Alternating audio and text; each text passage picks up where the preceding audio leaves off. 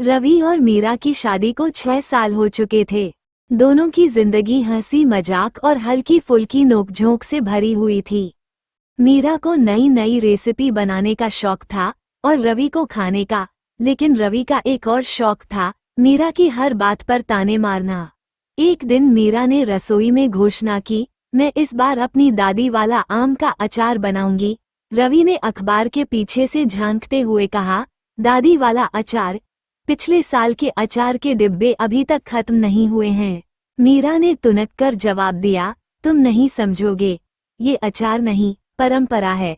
जल्द ही पूरे घर में सरसों के तेल और मसालों की खुशबू फैल गई। रवि ने किचन में झांकते हुए कहा, सच में गजब खुशबू है, हाथ मत लगाना।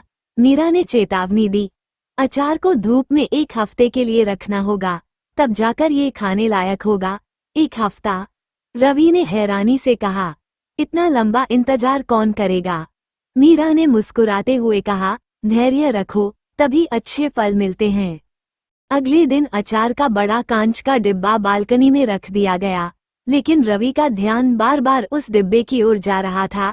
तीसरे दिन उसने सोचा, बस थोड़ा सा चखने में क्या नुकसान है।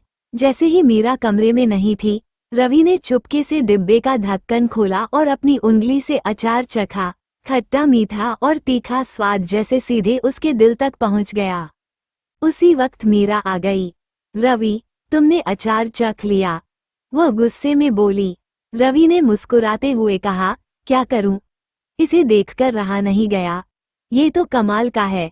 मीरा ने नाराजगी जताने की कोशिश की, लेकिन उसकी मुस्कान छुप नहीं पाई। तुम बिल्कुल बच्चों जैसे हो।